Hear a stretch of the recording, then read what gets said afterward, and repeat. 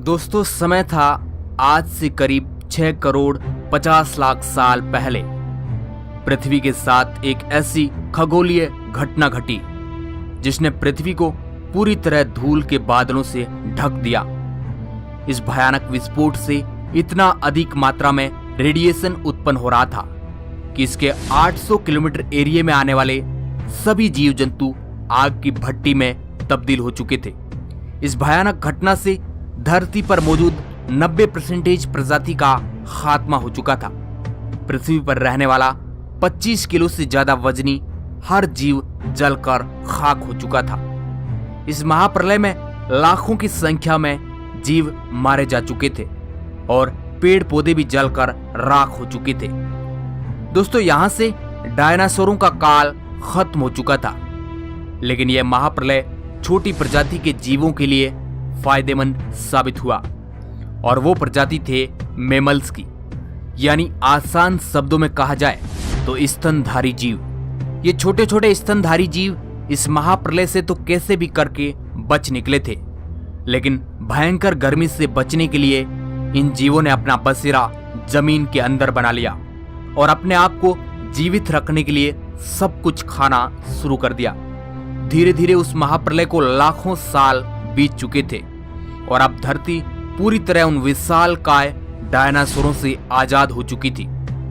धरती का मौसम एकदम सामान्य हो चुका था। पृथ्वी की सतह पर फिर से पेड़ पौधों का विकास होने लगा और शुरुआत होती है एक नई दुनिया की। इस दुनिया में हमारे पूर्वज यानी मैमल्स समय के साथ साथ काफी विकसित हो रहे थे और ये आकार में पहले की तुलना में काफी बड़े हो चुके थे। उनमें से अलग अलग प्रजाति की उत्पत्ति हुई। उनमें से कई सारे जीव जिनके हाथ और पैर हमारी तरह ही थे, उनके शरीर में धीरे धीरे बदलाव होता रहा और वो अब सीधे खड़े होकर चलने लगे। अब समय आया आज से करीब 4.7 करोड़ साल पहले। उस वक्त पृथ्वी के वातावरण में लगातार बदलाव हो रहे थे। पृथ्वी के अंदर मौजूद टेक्टोनिक प्लेट्स में हलचल पैदा होने लगी और इसका नतीजा ये हुआ कि धरती के दो बड़े भूभाग आपस में टकरा गए।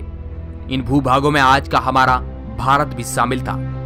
इन दोनों भूभागों के टकराने से एक नई पर्वत श्रृंखला का निर्माण हुआ, जिन्हें आज हम हिमालय पर्वत श्रृंखला के नाम से जानते हैं। ये वही पर्वत है जो दुनिया का सबसे बड़ा शिखर है, माउंट एवरेस्ट। इस पर्वत श्रृंखला की वजह से मौसम का फॉर्मूला बदलने लगा और पृथ्वी का वातावरण काफी ठंडा हो चुका था और इन पर्वत श्रृंखला से गिरने वाले बर्फ ने कई बड़ी बड़ी नदियों को जन्म दिया। ये वही नदियां हैं जो कि आज 50% से ज्यादा मानव जाति के लिए पानी का स्रोत है। ओलिगोने इपोक में करीब आज से 2 करोड़ साल पहले ग्लोबल कूलिंग हुई, जिसके चलते घास के मैदानों में बढ़ोतरी होने लगी और जंगल धीरे धीरे खात्मे की ओर बढ़ रहे थे। उस परिस्थिति में कुछ ऐसे जानवर विकसित हुए जो खुले मैदान में रहना पसंद करते थे और इन्हीं में दूसरे जानवर को खाने वाले जीव भी मौजूद थे। मगर दोस्तों, अब भी पृथ्वी पर एक अंश की कमी थी, जो था मानव। जो अभी हम वीडियो देख रहे हैं, आखिर ये मानव आया कहां से था? आज से करीब 1 करोड़ साल पहले पृथ्वी का रूप काफी हद तक आज के जैसा बन चुका था और अब पृथ्वी की परिस्थितियां धीरे धीरे बदलने लग गई थी। आज से करीब 40 लाख वर्ष पहले पृथ्वी के अंदर टेक्टोनिक प्लेट में हलचल होने से अफ्रीका के पूर्वी इलाकों में एक नई पर्वत श्रृंखला का जन्म हुआ, ईस्ट अफ्रीकन रिफ्ट वाले। ये पर्वत श्रृंखला यहाँ पर आने वाली मौसमी हवाओं के लिए एक अवरुद्ध बनकर खड़ी हो गई थी। इसकी वजह से यहाँ का वातावरण पूरी तरह से बदल गया और इस जंगलों में बारिश आनी बंद हो गई। इन विशाल जंगलों में निवास करते थे एप्स, जिन्हें पेरोला पिथिकस के नाम से जाना जाता है। इनका निवास स्थान पेड़ों पर था और उन्हें भरपूर मात्रा में खाना खाने के लिए बड़ी आसानी से मिल जाता था। ये एक टहनी से दूसरी टहनी पर कूदने में सक्षम नहीं थे। ये कभी कभी पेड़ों की डाली पर 2 पैरों पर चलते थे। आगे चलकर ये बंदरों की प्रजाति गोरिल्ला और चिंपांजी में बदल गई तो कुछ इंसानों में तब्दील हो गई। ये पूरे अफ्रीका में फैले हुए थे। मगर समय बीतने के साथ साथ यहाँ पर अकाल की स्थिति आ गई। बारिश ना होने की वजह से जंगल पूरी तरह से साफ हो चुके थे और इन एप्स के लिए पेट भरना भी मुश्किल हो रहा था। खाने की तलाश में इन्होंने पेड़ों से नीचे कदम रखा। ये थे अर्धीपिथिकस रेमिडस। ये हमारे पूर्वज थे। आज हम इन्हीं से डेवलप होकर ऐसे बने हैं। इस मानव प्रजाति ने सबसे पहले जमीन पर कदम रखा और ये मानव इतिहास का जमीन पर पहला कदम था। इनकी शक्ल कुछ हद तक हम इंसानों से मिलती थी और इनका दिमाग संतरे के जितना बड़ा होता था और इनके पास हम इंसानों जैसे दांत भी हुआ करते थे और आकार में ये लगभग 4 फीट लंबे होते थे। कई हजार सालों के विकास क्रम के बाद इन्होंने अपने आप को 2 पैरों पर चलने के लिए सक्षम बना लिया, जिस कारण ऊर्जा भी कम खर्च होती थी। 2 पैरों पर चलने की वजह से ये काफी लंबी दूरी तक अपनी नजर घुमा सकते थे। साथ ही साथ इनका दिमाग भी बुद्धिमान होता जा रहा था। समय बीतता गया, विकास की प्रक्रिया लगातार चलती रही और हमारे पूर्वज अपने शरीर में विकास करते गए। आज से करीब 23 लाख साल पहले हमारे पूर्वजों ने अपने दिमाग को काफी ज्यादा विकसित कर लिया था। इस प्रजाति का नाम था होमो हेबिलिस और उन्होंने पहली बार पत्थर को हथियार के रूप में इस्तेमाल करना शुरू किया और धीरे धीरे धारदार पत्थर की मदद से हथौड़ा बना लिया।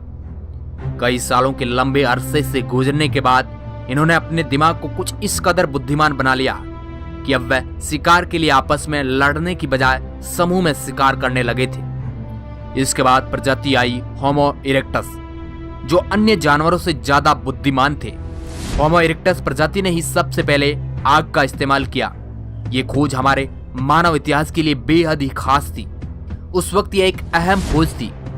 आग की मदद से ये अपने आप को ठंड से बचाए रखते थे और अंधेरों में रोशनी दिलाती थी। उन्होंने आग पर मांस को पकाना सीख लिया था। इस कारण अब परिवार का निर्माण भी होने लग गया था। हमारे पूर्वज साथ साथ रहने लगे। इससे वह अपने आप को सुरक्षित महसूस करते थे। आग से पका मांस खाने में बहुत ही कम ऊर्जा का इस्तेमाल करना पड़ता था, जिस कारण यह ऊर्जा उनके दिमाग पे खर्च होने लगी और इनका दिमाग भी आकार में काफी बड़ा हो चुका था। हमारे ये पूर्वज अन्य जानवरों से बहुत ही ज्यादा बुद्धिमान थे और पृथ्वी पर मिलजुल कर रहने वाले पहले बुद्धिमान जीव थे।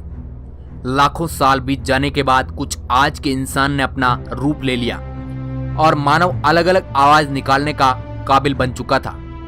यानी कि हमने लैंग्वेज का विकास कर लिया था, जिसके जरिए वह अपनी जानकारी एक दूसरे के साथ शेयर कर सकते थे। यह वह आखिरी विकास क्रम था।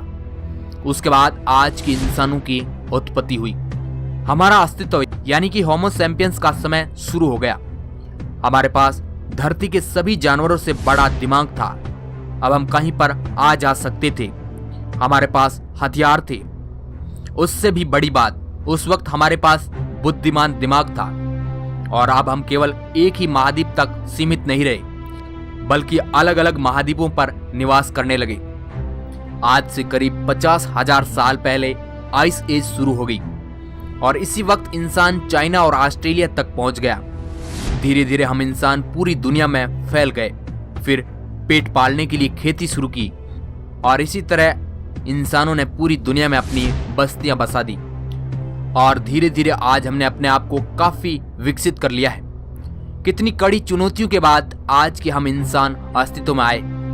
आज हमने इतनी ज्यादा टेक्नोलॉजी विकसित कर ली है कि अब हम केवल पृथ्वी तक ही सीमित नहीं रहे, बल्कि चांद पर भी कदम रख चुके हैं और विज्ञान की मदद से हम अलग दुनिया के बारे में खोज कर रहे हैं। आज पृथ्वी पर हमारे अलावा कोई ऐसा बुद्धिमान जीव नहीं है जो हमसे आगे है।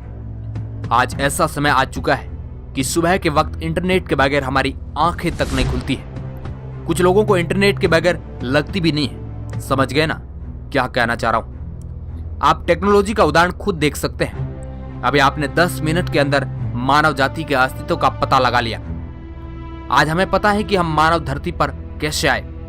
हमने अंतरिक्ष में जाकर कई रहस्यों को उजागर किया है और आगे भी टेक्नोलॉजी की विकास की प्रक्रिया लगातार जारी है। तो दोस्तों, कैसा लगा हमारा करोड़ों सालों का सफर? आप अपनी प्रतिक्रिया कमेंट बॉक्स में जरूर दें अगर वीडियो पसंद आया है तो इस वीडियो को लाइक, शेयर और सब्सक्राइब करना बिल्कुल ना भूलें। वीडियो को पूरा देखने के लिए आपका बहुत बहुत धन्यवाद।